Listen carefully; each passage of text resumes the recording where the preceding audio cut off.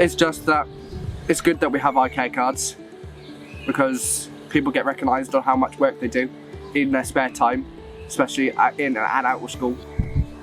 Also, it's good that we get eye care cards so we can show that we're actually eye carers, and this is the only time we can actually have a break, is going to the club.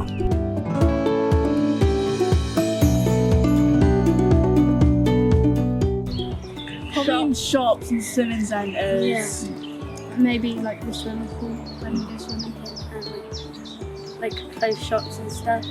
Everywhere. Yeah, everywhere. Everywhere in shops, because they normally pay you with card and all that. Oh, shops, yeah. They can just use an ID card. Yeah. Okay, I've got it. See friends as well, because some of my friends ask like what is it and like how to get in. Yeah, a lot of people ask like, what it's like to be a young carer, what do you do, like, what's there? How do you get in it? Yeah.